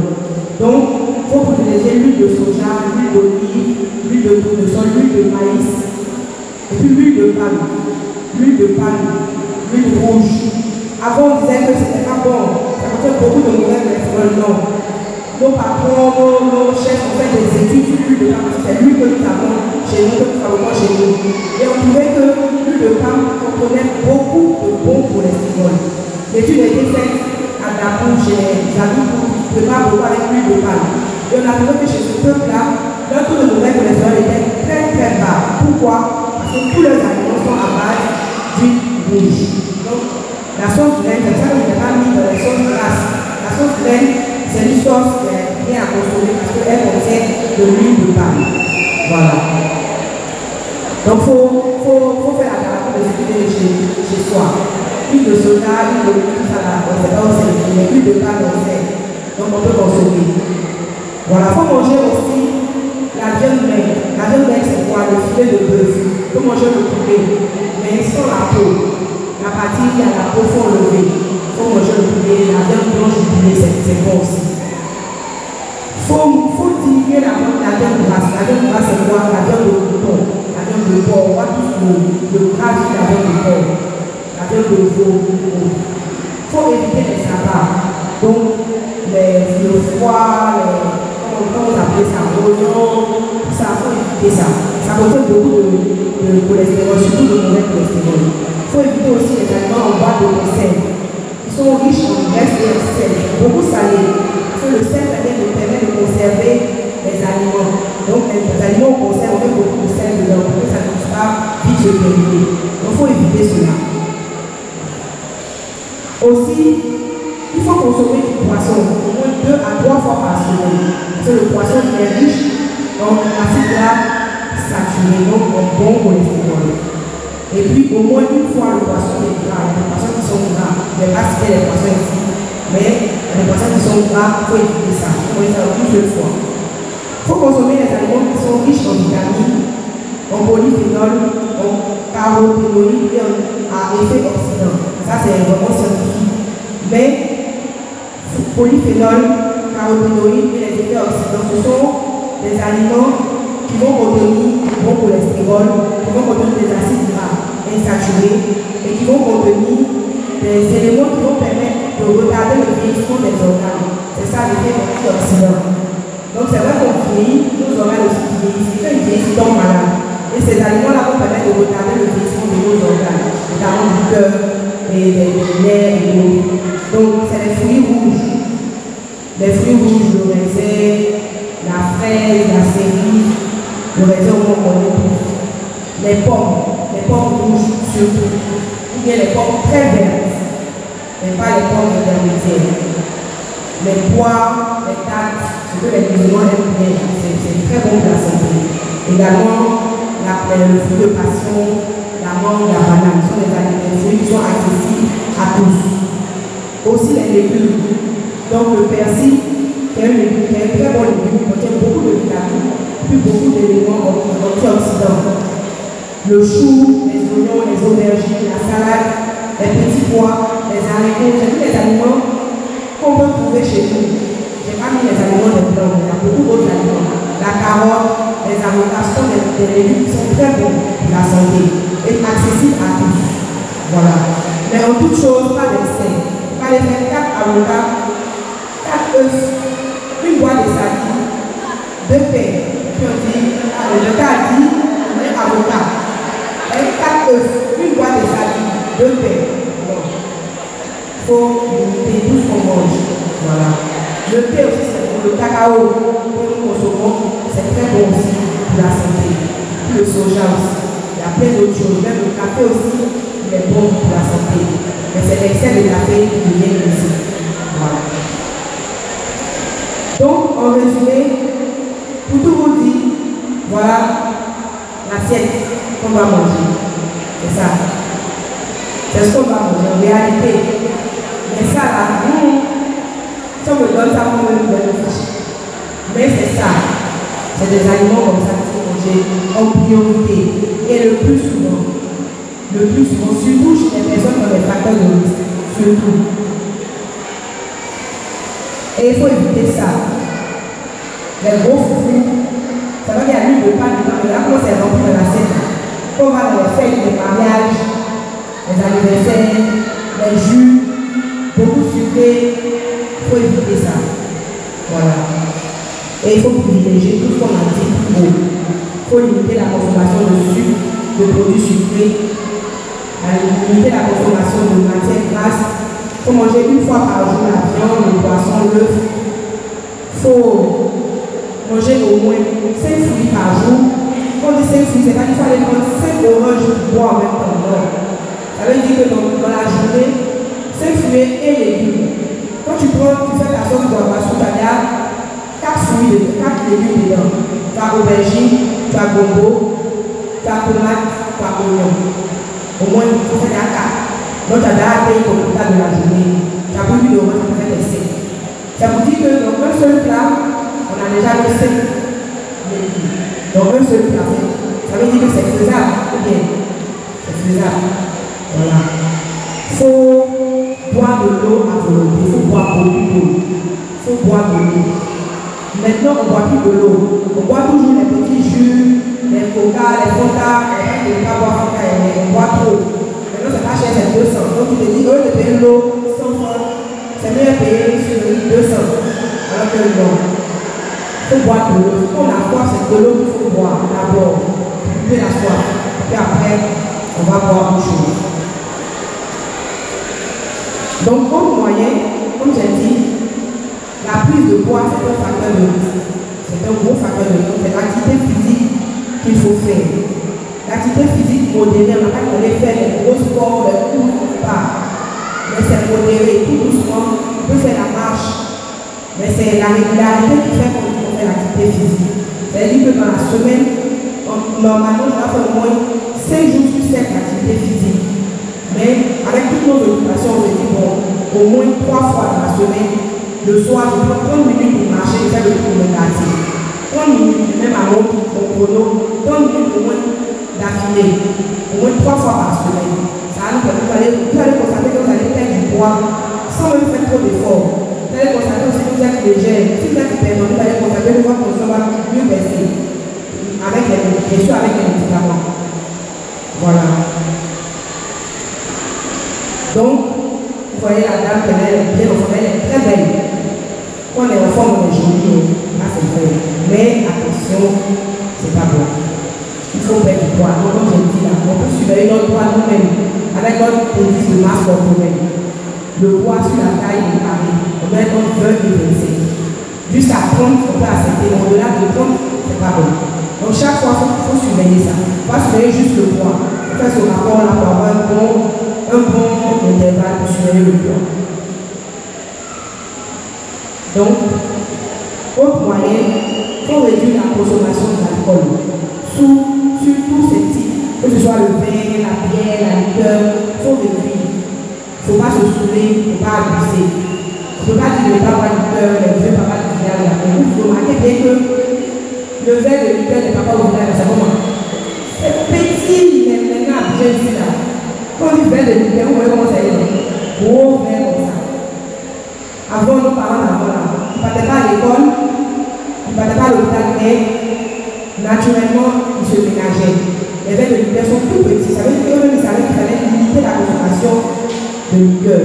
Mais maintenant, pour les grands verres, on consomme beaucoup de glace, beaucoup de coca.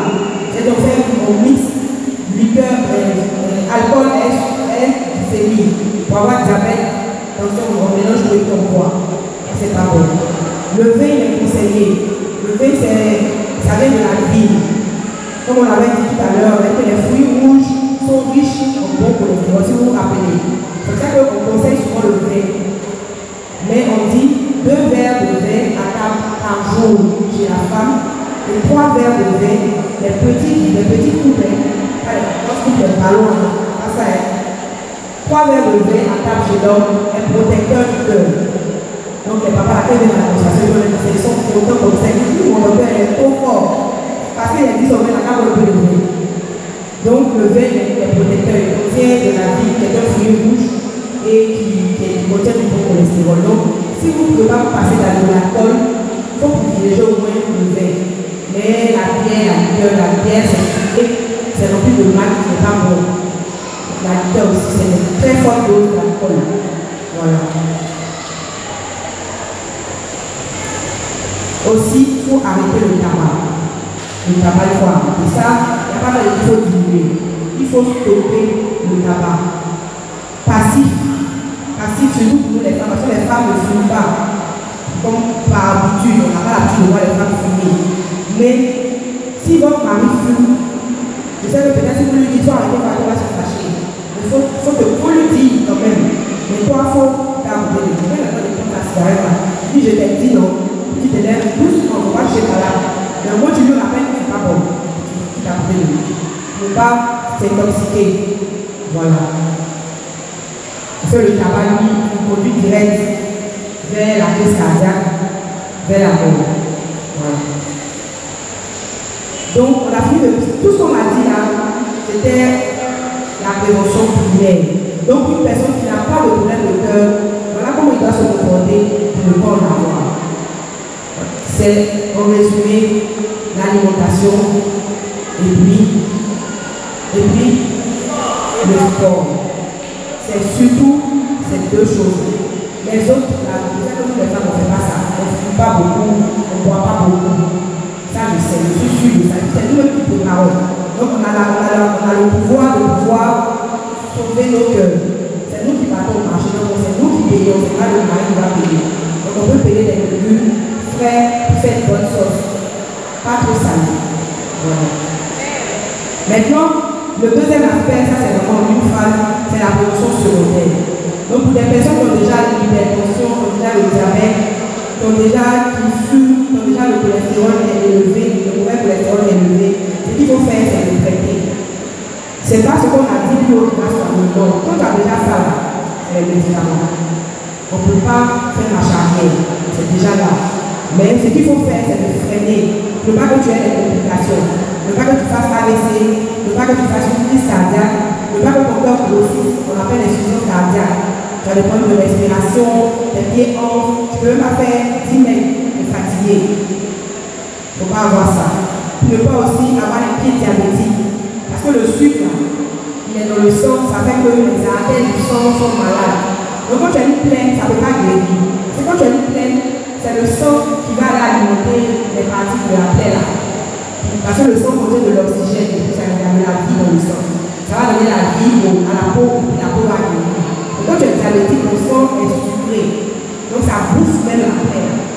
Ça bouffe la plaie. C'est comme si le sucre là, ça alimente de la plaie que tu as.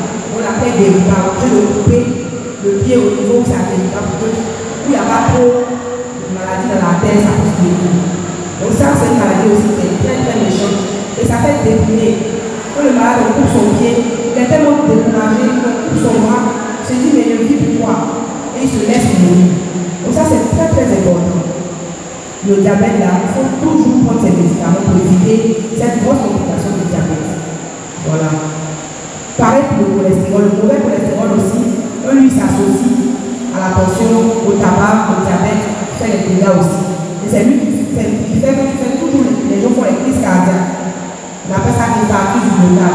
Il a mal à la poitrine, il arrive à l'hôpital, il est déjà mort. Mais il a une très forte douleur à la poitrine. C'est ça les crises cardiaques. Voilà.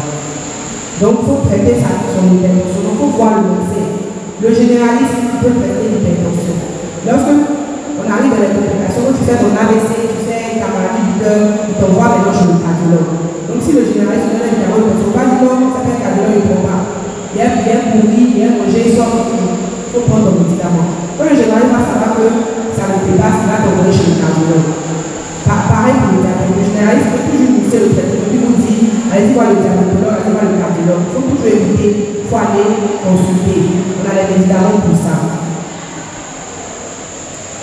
Donc, je suis à la fin de ma présentation.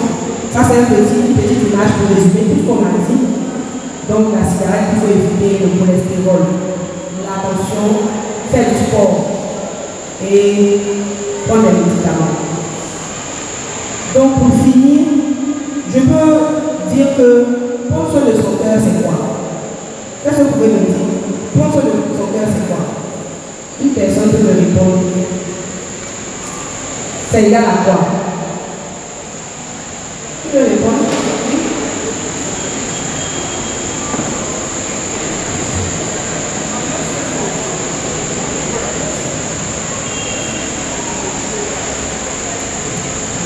Amen. Je pense que prendre soin de son cœur, en un mot, c'est avoir une alimentation saine. C'est du sport. Un seul mot, alimentation. Un seul mot. Sinon, j'allais dire prévention. Donc, il faut prévenir. Quand on peut prévenir, c'est-à-dire on te dit quelque chose d'avance. Donc, il faut prévenir d'avance la maladie du cœur. Donc, la prévention doit s'appliquer à chacun. C'est individuel d'abord, chez soi à la maison, c'est individuel. Et ensuite, c'est collectif. C'est ce qu'on est en train de faire là. Ensemble, ça c'est de la prévention collective. C'est ça. Et pour éviter la maladie du cœur, c'est tout simple comme la sœur a dit, une discipline, une bonne hygiène de vie. Donc une alimentation saine. Et je termine par cette dernière phrase, le contrôle de la pression artérielle. Donc l'hypertension qui est le premier facteur de risque majeur dans le monde entier. Si la hypertension, si tu n'as pas ça, tu es sauvé. Parce que quand lui est là, il appelle ses camarades. Si tu as ça aussi, il faut que ce soit bien contrôlé. Il faut respecter l'hygiène de vie et bien prendre les médicaments. Et pour ceux qui le peuvent, qui sont peut-être dans les assurances, ou bien qu'on fait des campagnes de sensibilisation à l'église comme ça, il faut proposer des bilans annuels dans vos activités comme ça. Chaque année, il faut faire au moins un bilan annuel. Les examens nous avons montré plus haut. Les médecins le savent. Quand tu veux faire un bilan annuel, ce n'est pas beaucoup, c'est quelques examens, glycémie, taux de cholestérol, on voit le rein, parce que faire un ECG pour voir le cœur. Chaque année, il faut faire l'effort de faire ça. Ça aussi, c'est une manière de prévention. Donc ça, s'il y a quelque chose qui commence, on peut rapidement traiter. Donc, mesdames, les mamans, les papas, les sœurs, je vous remercie de votre attention.